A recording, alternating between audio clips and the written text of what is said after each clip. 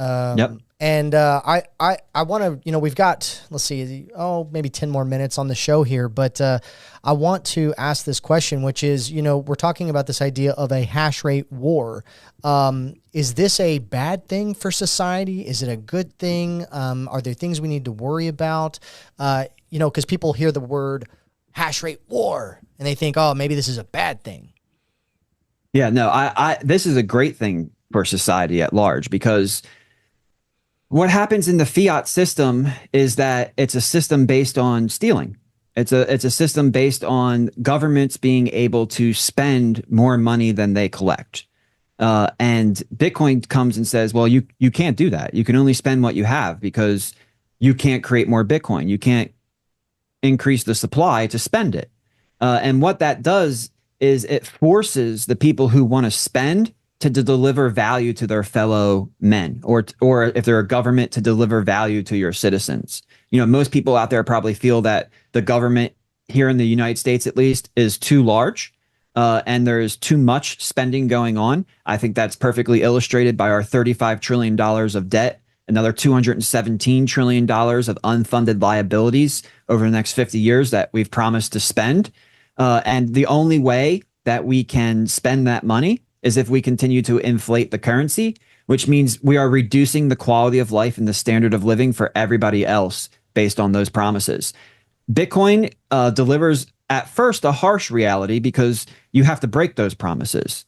But after those promises are broken, when the dust settles, what you get is a much more beneficial culture and society that's based on delivering value to each other rather than extracting value. So at first, it might seem that global hash words could be some kind of threat, but in reality, it's part of making the transition to a inflation-based, debt-based system to a new equity-based system, where in the inflation-based system we have debt notes and debt derivatives system. We have equity that is proven by yesterday's proof of work, by yesterday's cost of production already paid. And that changes the dynamic. They say that you don't change Bitcoin, Bitcoin changes you. And the way it does it is it changes your incentives. It changes the way you treat other people, because in a Bitcoin ecosystem, you have to deliver value to get value. In an inflationary system, a few politicians can raise their hand and send you billions of dollars for making bad decisions and harming people. So let's double click on that. You've described basically a transition that kind of moves us off an old world, an old idea that is a fiat standard that you can effectively make any promise that you want, and if you need to, you just print money to be able to accomplish that at the cost or detriment to the detriment of quality of living. But a two-part question. One, what incentive does any politician have to make that switch? Since if I said if I were to be the one who runs on, hey, let's make that transition. And to your point, yeah, we're going to have to break some promises that we made moving forward. But after those promises are broken, it'll be better. Why would any politician want to be the one to say, look, I'm not going to fulfill these unfunded liabilities. We're not going to, for example, we're not going to cover Social Security through kind of the rest of U.S. society. We're not going to pay for whatever unfunded liability that we've promised people. So in the one respect, why would any politician want to do that?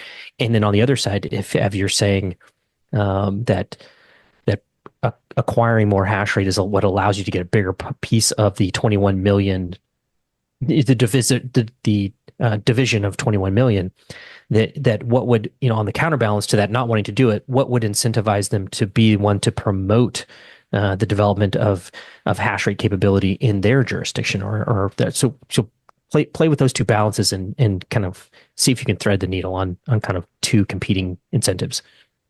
Yeah, I mean, and that is a really astute observation and question. And the answer to that is kind of what we're doing at People's Reserve with our Bitcoin bonds. Because what's going to happen is you're going to have human creativity and ingenuity start to provide solutions to these problems, right? So when you break these problems, when you break these promises, that creates a problem. So now the question becomes, well, what's the solution to this problem? Do we just have to deal with the consequences, or can can there be a way to get through this that actually benefits everybody? Like, yeah, it's bad that the promise was broken, but do we come out on the other side looking better? And Bitcoin bonds, I think, plays a big role. And I love that you brought up Social Security because it's of my opinion, and I'm hoping to be able to at least talk with Trump or one of his team members about this, that what happens is the United States, Trump is really good at tariffs, right? He's really good at collecting tariffs and using that to empower the country. Well, our suggestion would be getting into this scenario where it's like, well, how do we keep these promises? What if we don't want to break these promises? How do we keep them? Beautiful. Collect tariffs in Bitcoin. And then as a federal government, you issue Bitcoin bonds, which are partial US treasuries and partial Bitcoin allocation. And when you do it, you are able to raise a significant amount of money, but you know who the buyer of the Bitcoin bond is going to be? It's not going to be people like you and me. It's going to be the Social Security Fund. Because right now, the Social Security Fund holds all US government debt, notes, and bonds. And they have a negative real carry because the rate of inflation is greater than the yield that they pay. So that's why we continue to see that the full retirement age needs to be increased. The benefits in real terms, or in other words, in terms of purchasing power, continue to decline. In other words, the quality of life and standard of living provided for by Social Security continues to decline over time. And it's going to continue to do that unless we have some type of solution. Well, a Bitcoin bond, a country who can collect Bitcoin and earn Bitcoin through mining or through collecting tariffs or collecting taxes, will now be able to issue those Bitcoin bonds. The program that they want to save can buy those Bitcoin bonds. And then what happens is, let's say the United States does $1 billion Bitcoin bond issuance, which is pennies to them.